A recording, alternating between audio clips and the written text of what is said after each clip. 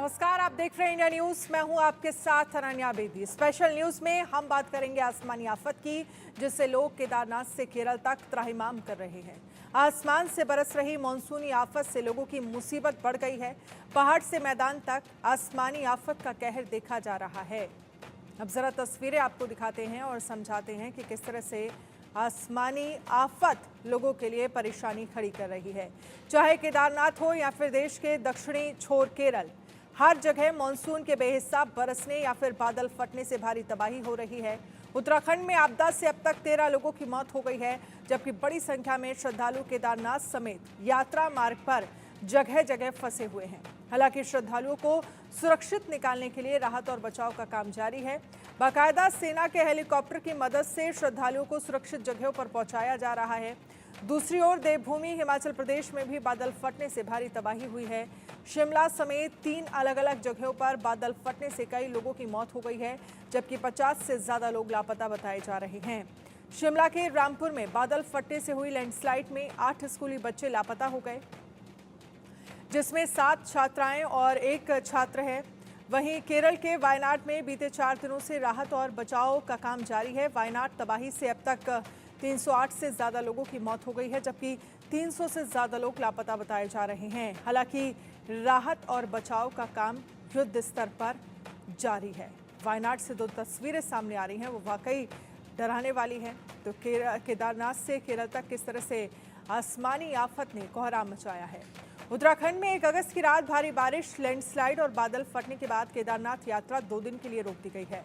पैदल रूट पर लिंचोली, भीमबली में अलग अलग जगह फंसे 5000 लोगों का रेस्क्यू किया गया। इसके लिए चिनूक और MI-17 समेत 7 हेलीकॉप्टर की भी मदद ली गई। हालांकि सैकड़ों तीर्थयात्री अभी फंसे हैं। उत्तराखंड में भारी बारिश के कारण हरिद्वार, देहरादून, टिहरी, रुद्रप्रयाग और नैनीताल में अब तक 13 लोगों की मौत हो चुकी है। राज्य में 48 घंटे के लिए भारी बारिश का अलर्ट है।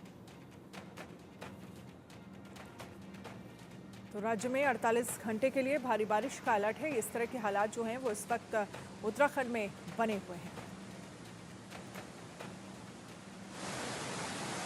तो केदारनाथ से लेकर केरल तक किस तरह से बर्बादी बारिश लेकर आई है, आप तस्वीरों के जरिए अंदाजा लगा सकते हैं।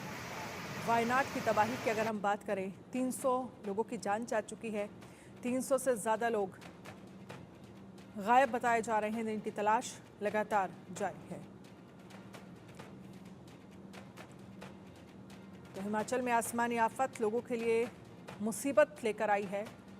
किस तरह से लोगों के लिए परेशानी का सबब बनी हुई है आसमानी आफत।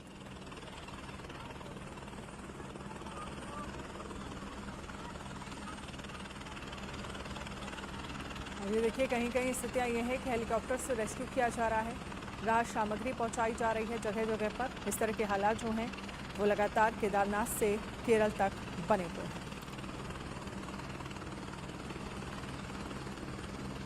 तो अब केदारनाथ और आसपास के इलाकों में फंसे तीर्थयात्रियों के लिए चलाए गए राहत और बचाव कार्य पर एयरफोर्स के विंग कमांडर शैलेश सिंह को सुनिए सर।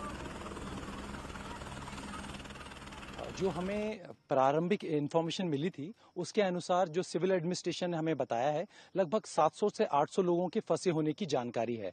एंड उसके लिए हमने ऑलरेडी ऑपरेशन स्टार्ट कर दिए हैं। यहाँ पर एक Mi-17 और एक चिनूक ऑलरेडी इंडियन एयरफोर्स ने पोजीशन कर दिया है, जो अपने सारे क्रू के साथ इस ऑपरेशन को हैंडल करने के लिए रेडी है।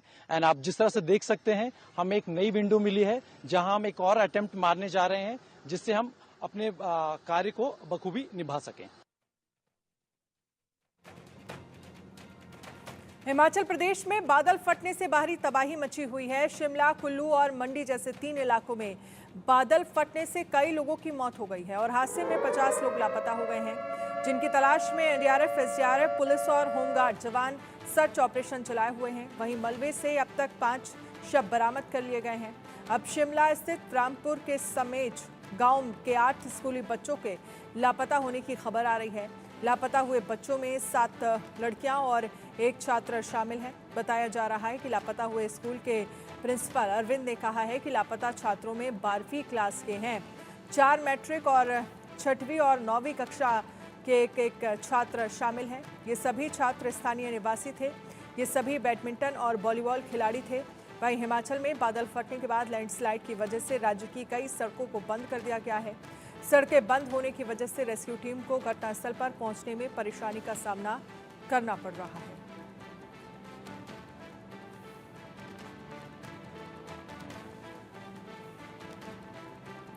तो शिमला का समेत से 8 स्कूली बच्चे लापता बताए जा रहे हैं। ये स्थितियां इस वक्त हिमाचल प्रदेश में बनी हुई हैं।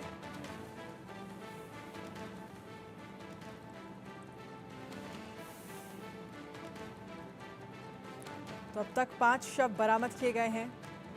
शिमला का समेत से 8 स्कूली बच्चे लापता हैं, 7 छात्राएं और 1 छात्र लापता बताया जा रहा है। हिमाचल में बादल फटने से भारी तबाही है। देखिए, पिछले साल भी आपको याद होगा बादल फटने से हिमाचल में किस तरह से भारी तबाही हुई थी।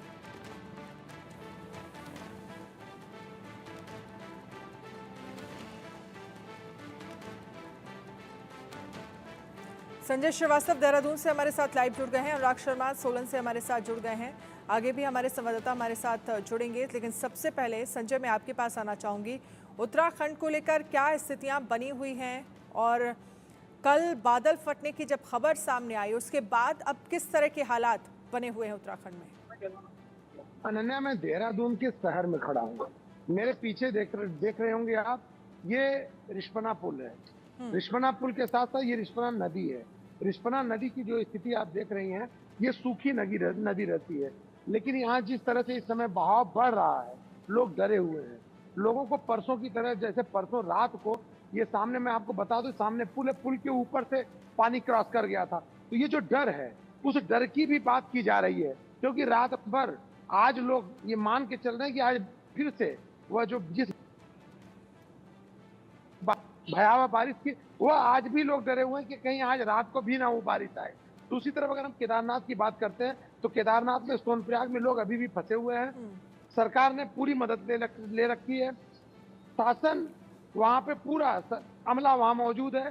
सेना के हेलीकॉप्टर मदद के लिए रेस्क्यू कर रहे हैं। अधिकतर लोगों को वहां पे बचा लिया गया है, और जो लोग बचे हुए हैं, उम्मीद की जा रही थी कि आज रात तक उन्हें निकाल लिया जाएगा, लेकिन मौसम साथ न देने की वजह से ये दिक्कतें आ रही हैं। जी अनन्या, बिल्कुल, मौसम साथ ना देने की वजह से दिक्कतें आ रही हैं। लोगों का रेस्क्यू अभी हो नहीं पाया है।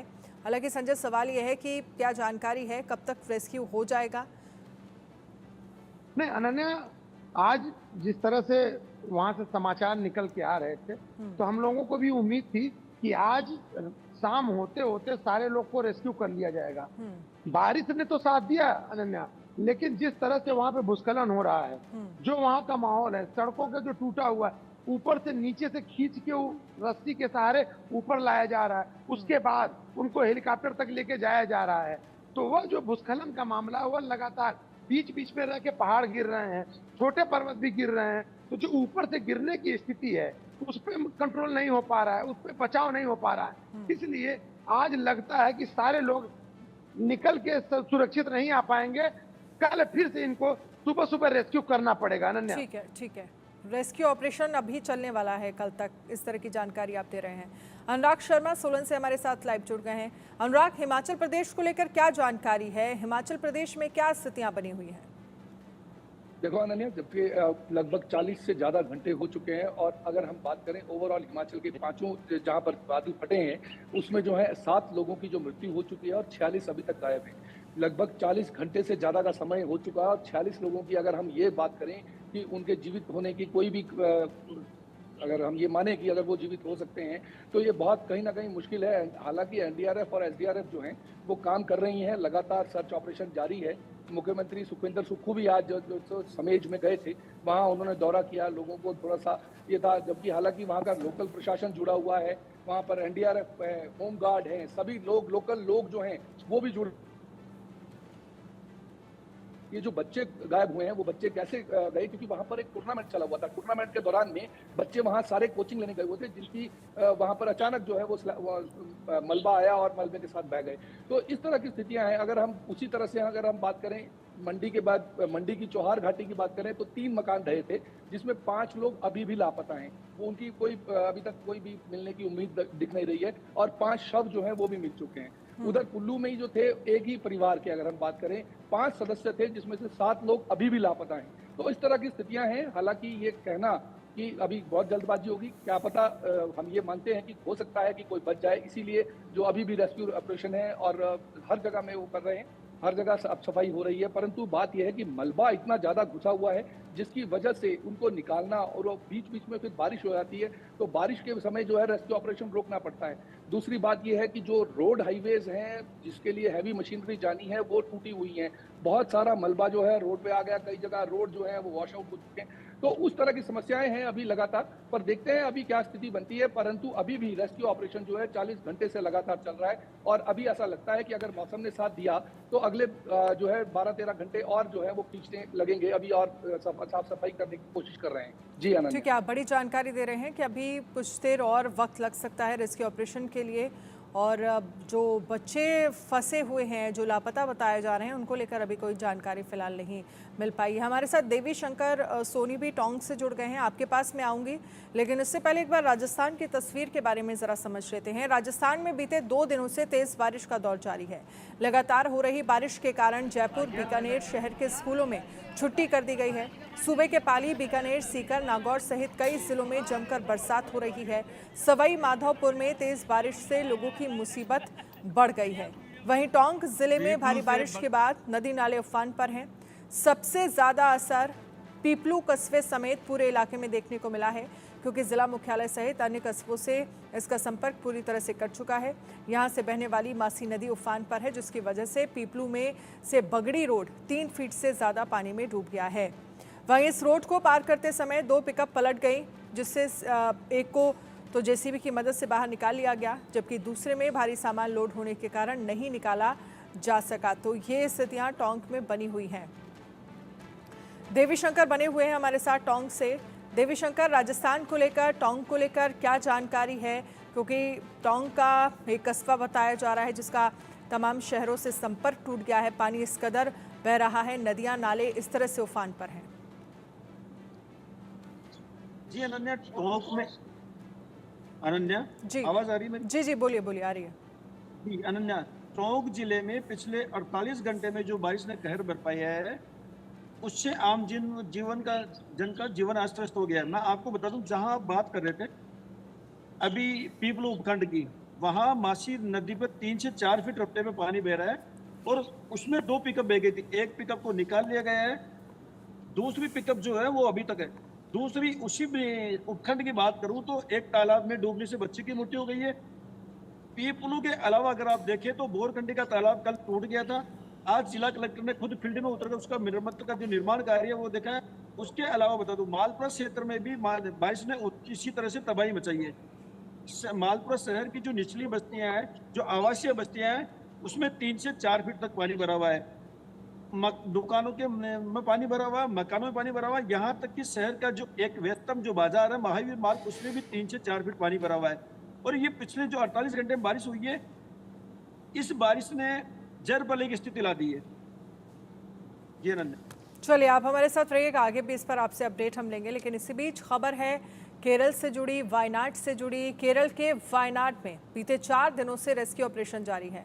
एनडीआरएफ, एसडीआरएफ समेत सेना के जवान पूरे दलबल के साथ राहत और बचाव के काम में जुटे हैं। मरने वालों की बात करें तो अब तक इस कुदरती कहर में आंकड़ा बढ़कर 308 से ज़्यादा लोगों की मौत हो चुकी है, जबकि 300 से ज़्यादा लोग अभी भी लापता बताए जा रहे हैं। मौसम विभाग ने अगले 48 घंटों के लिए वायनाड में बारिश का रेड अलर्ट जारी किया है।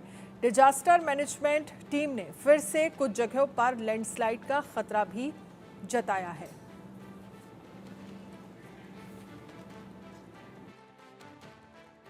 का सर्च ऑपरेशन का चौथा दिन है।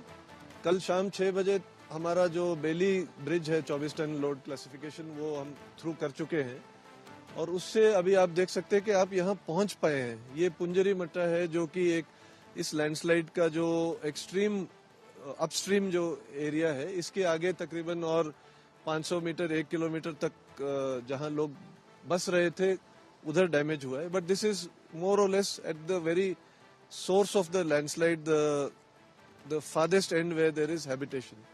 तो यहाँ पे अभी आराम से आप लोग पहुँच चुके हो, गाड़ियाँ की हरकत हो चुकी है, और जो रास्ता है उसको खोला जा रहा है ताकि यहाँ पर भी अर्थ मूविंग इक्विपमेंट पहुंच सके।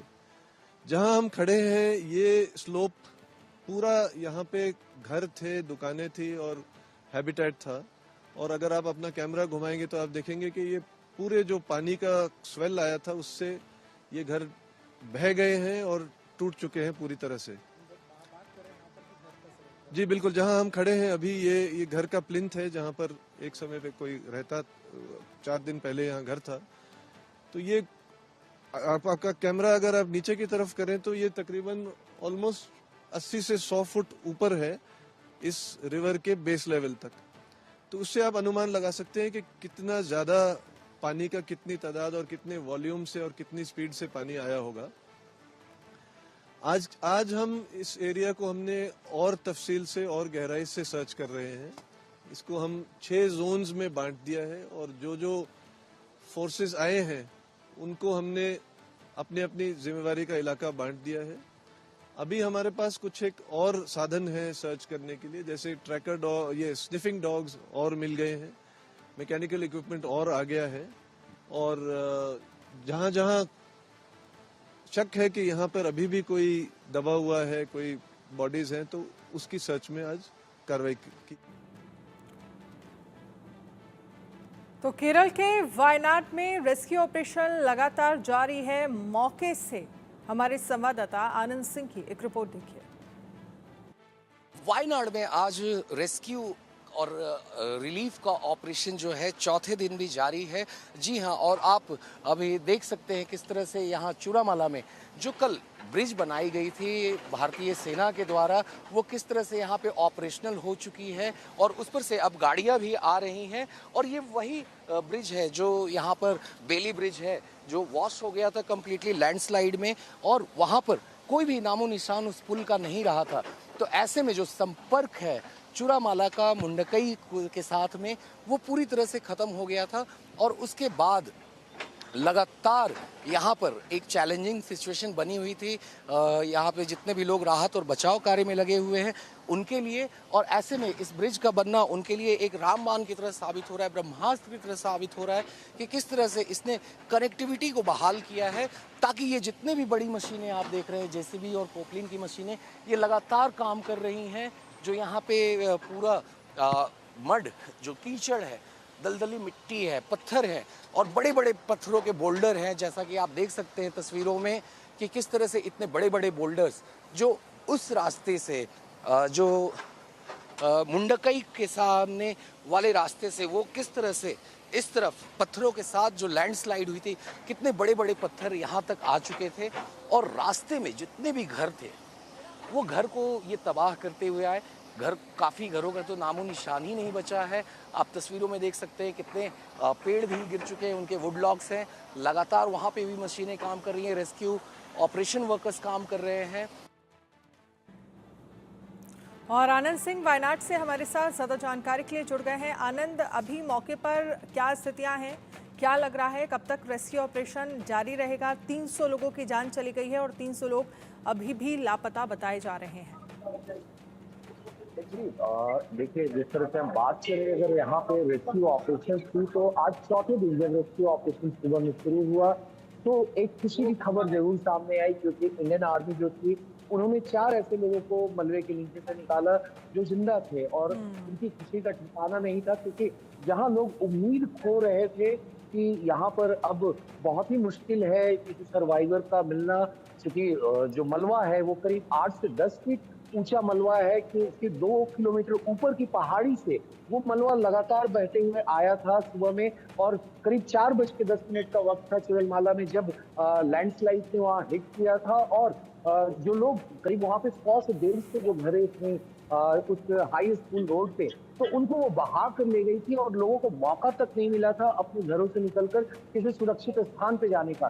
तो आज जब रेस्क्यू ऑपरेशन सुबह शुरू हुआ तो इस खुशखबरी के साथ शुरू हुई, मगर जैसे जैसे दिन बढ़ा वही जो उम्मीद की किरणें हैं कि किसी और जिंदगी को बचाई जा सके, जो जिंदा सर्वाइवर्स को वहां से निकाला जा सके, तो वो काफी धीम होती नजर आ रही थी। क्योंकि लोगों की उम्मीद अब 96 घंटे से ऊपर हो चुके हैं, 4 दिन से ऊपर का वक्त हो चुका है। तो अब मलबों के नीचे ही देखा जा रहा है कि लोग अभी भी तो वहां पे मौजूद नहीं है, और ऐसे में लगातार रेस्क्यू ऑपरेशन चल रहा है। इंडियन आर्मी की टुकड़ियां यहाँ पे हैं, कोस्ट गार्ड की टुकड़ियां यहाँ पे हैं, नेवी की भी टुकड़ियां यहाँ पे हैं, जो एनडीआरएफ, एसडीआरएफ और तमाम जो ये हैं उन सब को ये लोग एसिस्ट कर रहे हैं, सारी एजेंसीज को रेस्क्यू ऑपरेशन में। और आज जब मौत का आंकड़ा सुबह में ही 308 के पार गया, उसके बाद भी हम लोगों ने देखा कि कितनी डेड बॉडीज वहां से बाहर निकाली गई। तो लगातार आंकड़ा जो है मौत का वो यहाँ पे बढ़ता जा रहा है। और अभी भी अगर हम मिसिंग लोगों की बात करें जो अभी भी लापता है उस दिन सोमवार के लैंडस्लाइड के बाद, तो उनका आंकड़ा करीब 250 का है। अभी तक लोगों को पता नहीं है कि वो लोग कहाँ हैं, किस हाल में हैं, और किस, या तो वो मलबे में दबे हुए हैं या फिर वो नदी के तेज बहाव में कहीं और दूर जा चुके हैं। तो लगातार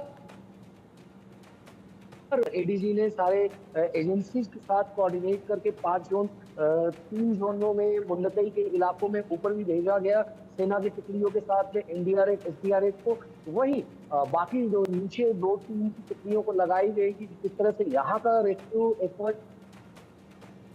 चलिए आनंद, बहुत बहुत शुक्रिया तमाम जानकारी के लिए। संजय आपका भी शुक्रिया, और देवी शंकर हमारे साथ जुड़े, आपका भी बहुत बहुत शुक्रिया। तो किस तरह से वायनाड में हालात बने हुए हैं, आज भी रेस्क्यू ऑपरेशन चलाया गया और एक अच्छी खबर सामने आई, 4 लोगों को मलबे से निकाला गया और चारों ही घायल थे, जिंदा थे। और ये वहाँ पर जो लोग रेस्क्यू ऑपरेशन में शामिल थे उनके लिए एक अच्छी खबर थी, क्योंकि अब जो स्थितियाँ वहाँ पर बन गई हैं, अब 7, 8, 10 फीट तक मलबा जमा हुआ है। ऐसे में 300 लोग जो लापता हैं उनकी तलाश लगातार जारी है। एक छोटे से ब्रेक के लिए रुकेंगे, ब्रेक के उस पार खबरें लगातार जारी हैं। बने रहिए इंडिया न्यूज़ के साथ। नमस्कार।